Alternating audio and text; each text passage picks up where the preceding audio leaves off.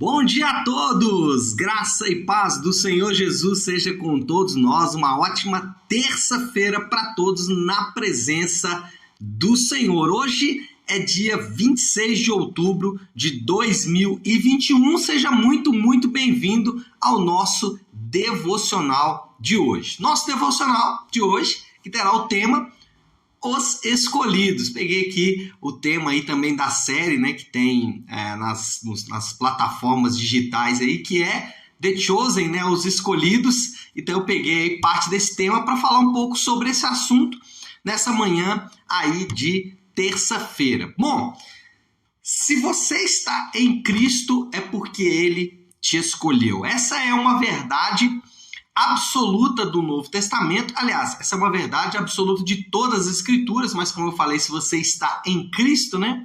Mas em todas as Escrituras nós percebemos a escolha de Deus. Deus sempre optou por escolher o seu povo e Ele fez isso de forma soberana e levando em conta apenas a sua graça. Se existe algum critério nessa escolha, Deus nunca deixou isso em evidência, Deus nunca deixou isso de forma clara.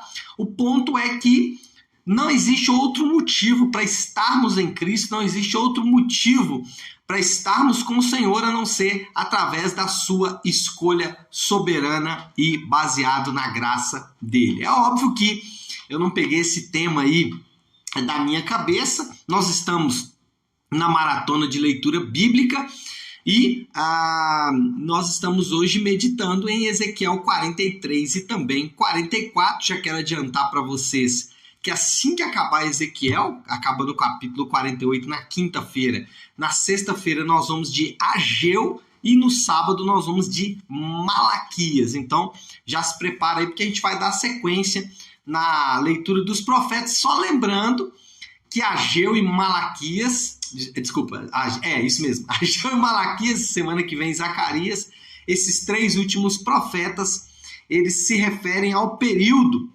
chamado pós-exílio babilônico, ou seja, Ezequiel é pré-exílio babilônico, ele está antes do exílio babilônico, que também pega uma parte do exílio babilônico. Já esses profetas, Ageu, Malaquias e também Zacarias, além do Joel, são profetas pós-exílicos, e Daniel é um profeta do exílio, só que Daniel nós já lemos quando a gente falou sobre a maratona do fim dos tempos, então falamos de Daniel e de Apocalipse. Bom, sem mais delongas, vamos de Ezequiel 43, 44, estamos lendo também Provérbios 2. O que nós temos aqui em Ezequiel? Do 40 ao 48, nós percebemos uma visão, uma série de visões dadas ao profeta pela parte de Deus com relação à restauração da adoração na nação de Israel. O templo é o lugar da adoração e todo o seu conjunto adjacente ali fazia parte do processo de adoração do povo de Deus. E ontem nós falamos do templo, o templo que tem a sua planta, mas que nunca foi construído como de fato estava lá na planta, dando uma ideia, e provavelmente esse templo ainda vai ser construído em algum momento no futuro. E hoje nós vamos falar dos sacerdotes, porque a profecia começa a tratar então aqui a partir do capítulo 44 dos sacerdotes. E aí, o que nós podemos aferir aqui desse ensino sobre os sacerdotes? Esses sacerdotes, eles não foram escolhidos pela fidelidade deles. Esses sacerdotes, eles foram escolhidos pela fidelidade do seu antepassado, chamado Zadok. Olha aqui o que está no versículo 15 do capítulo 44. Ezequiel 44, 15, diz assim: mas os sacerdotes levitas e descendentes de Zadok e que fielmente executaram os deveres do seu santuário. Bom, esses sacerdotes que aparecem ali na visão de Ezequiel, eles seriam escolhidos não pela fidelidade deles, não pela capacidade deles de servirem a Deus. Deus não olhou ali um grupo de pessoas que eram extremamente fiéis e escolheu esses homens ali porque eles tinham essa fidelidade. Não. Como Deus fez a escolha desses sacerdotes que serviriam nesse novo templo. Esses sacerdotes foram escolhidos pela fidelidade de Zadok, um homem que viveu no passado. E aí nós aprendemos muito por quê? Porque nós também fomos escolhidos não pela nossa fidelidade.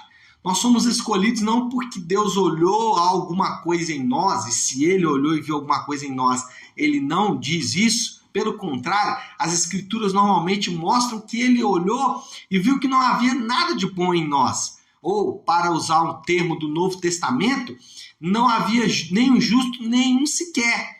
Mas pela fidelidade do nosso antepassado, pela fidelidade de Jesus, Ele nos escolheu.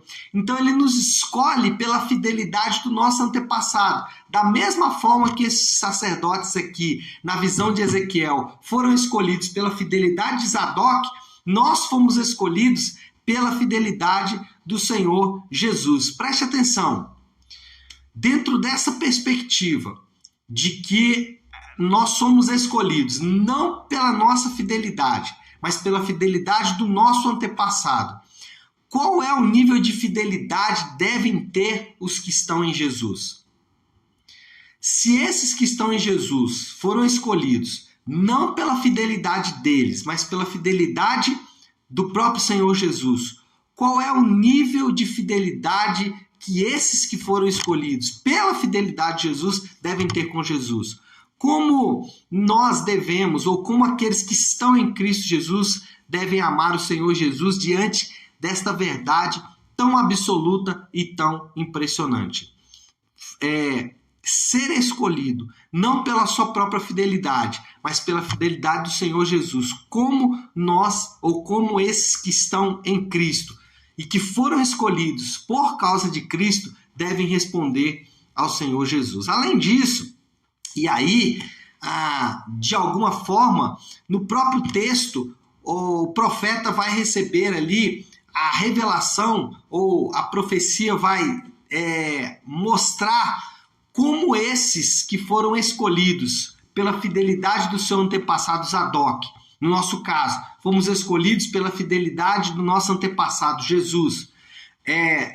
A profecia vai mostrar como esses que foram escolhidos deveriam demonstrar fidelidade. Olha aqui o versículo 23, ainda do capítulo 44. Ele fala assim: eles, falando desses escolhidos, ensinarão ao meu povo a diferença entre o santo e o comum, e lhe mostrarão também como fazer distinção entre o puro e o impuro. Então, esses que foram escolhidos pela fidelidade do seu antepassado deveriam manter uma vida de absoluta consagração a Deus e ao seu povo.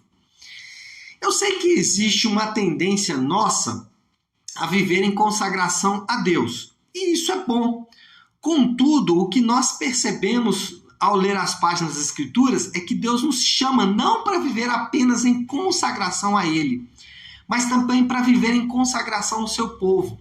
Sempre existe um aspecto vertical e horizontal da história bíblica. Sempre existe uma relação com Deus que redunda em uma relação com os homens.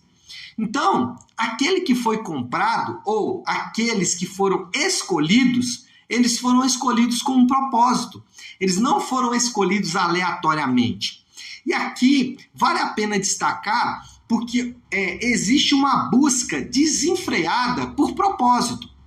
E essa busca desenfreada por propósito, na verdade, hoje o propósito é quase um produto que está à venda, e se você frequentar determinados ambientes, determinada masterclass ou outro grupo qualquer, aí você vai então descobrir o seu propósito. E se você descobrir o seu propósito, aí você vai descobrir o grande segredo da vida. Então, normalmente, o propósito hoje ele está embalado com laços quase espirituais e é vendido como um produto que deve ser comprado para você pertencer a um grupo, uma elite absoluta. Seja ela uma elite profissional ou uma elite espiritual, enfim, é basicamente o que acontece. Porém, o que nós percebemos no texto das Escrituras é o contrário. Nós já temos um propósito definido por Deus, que nós não precisamos buscar.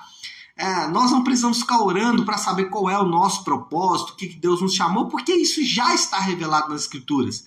Aqui, no texto que acabamos de ler sobre o profeta Ezequiel, esse propósito fica evidente. Nós somos escolhidos por causa da ação do nosso antepassado, Jesus, e nós somos escolhidos com um propósito: servir a Ele e servir ao seu povo.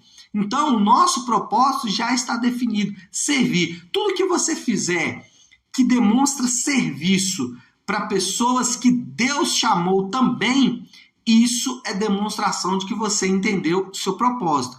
E quando você entende isso, você encontra significado para a sua vida. O significado da vida está exatamente em fazer isso aqui que o profeta falou. Ele diz aqui: vocês, sacerdotes, descendentes de Zadok, no nosso caso, né, descendentes de Jesus, vocês ensinarão ao meu povo a diferença entre o santo e o comum. E vocês vão mostrar como fazer essa distinção. Então esse é o nosso propósito: servir ao povo de Deus, servir aos escolhidos de Deus, servir aqueles que foram escolhidos pelo Senhor. Então, quem foi comprado ou quem foi escolhido com um propósito, não foi escolhido por acaso. E a última verdade aqui sobre os sacerdotes, sobre esses descendentes de Zadok, é que eles receberam uma herança. O versículo 28 vai dizer que aqueles descendentes de Zadok tinham uma herança. Só que nós vamos ver também, lá em Efésios capítulo 1, que aqueles que estão em Cristo, ou que foram escolhidos por causa de Jesus, foram escolhidos com um propósito: servir a Deus e servir ao seu povo. Esses também têm uma herança, ou seja, a mesma herança prometida para os descendentes de Zadok é a herança prometida para os descendentes de Jesus, para aqueles que estão em Cristo. Qual é essa herança? Aqui o texto vai dizer qual é essa herança. Talvez você deve estar curioso aí: poxa, qual é a herança que eu tenho já que eu estou em Cristo Jesus? E aí, aqui está qual é a nossa herança. Versículo 28 do capítulo 44 de Ezequiel. Ezequiel 44, 28. Diz assim: eu serei a única herança dada aos sacerdotes. Deus dizendo: eu, Deus, serei a herança dada aos sacerdotes. E qual é a herança daqueles que estão em Cristo Jesus? Deus. Deus é a nossa única herança. É a herança para aqueles que estão em Jesus. E isso é importante porque, lembre-se, Deus, ele é a fonte e ele é também o destino do significado, da alegria da nossa vida. Ou ele deveria ser. Aqueles que estão em Cristo, eles estão em Cristo porque a única herança deles é o Senhor, e essa herança, aliás, não porque, mas como consequência de estar em Cristo, a consequência de estar em Cristo é ter o Senhor como herança. E ter o Senhor como herança é ter o Senhor como fonte e como destino do significado, do propósito e da alegria da nossa vida. Deus, ele é a fonte e o destino da vida do crente. E isso deve ser uma verdade. Na prática, como que isso funciona? Nós podemos estabelecer outras coisas como fonte.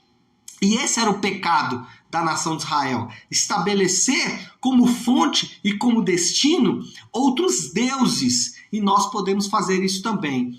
Qual é o grande problema? Que quando nós estabelecemos outra coisa como fonte e destino da nossa vida, nós colocamos sobre esta coisa que foi escolhida como fonte e destino, que não Deus, nós colocamos sobre ela um peso que ela não pode suportar. Exemplo, o casamento. Quando você transforma um casamento em fonte e destino da sua vida, você acaba com o seu casamento. Muitas pessoas, elas têm um casamento destruído, não é porque houve um adultério, não é porque houve uma incompatibilidade de gênios, não é por nada disso.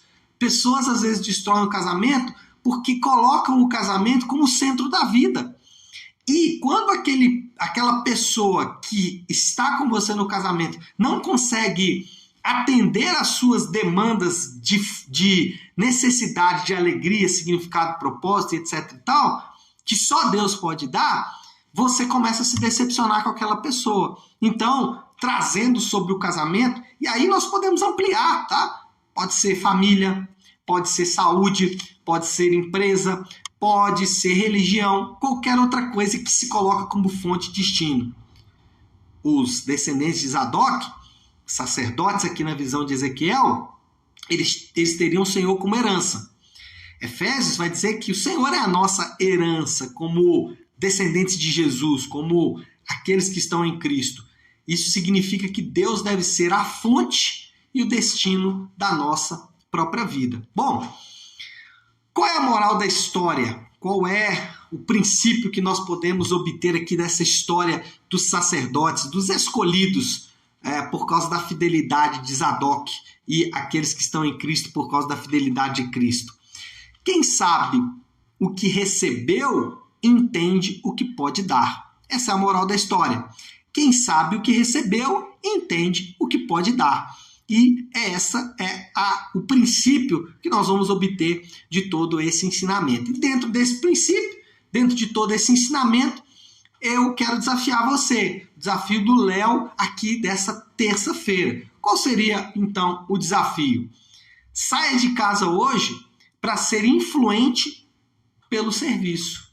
Saia de casa hoje para servir pessoas, para influenciar pessoas, para inspirar pessoas. Mas faça isso pelo serviço. Faça isso servindo essas pessoas.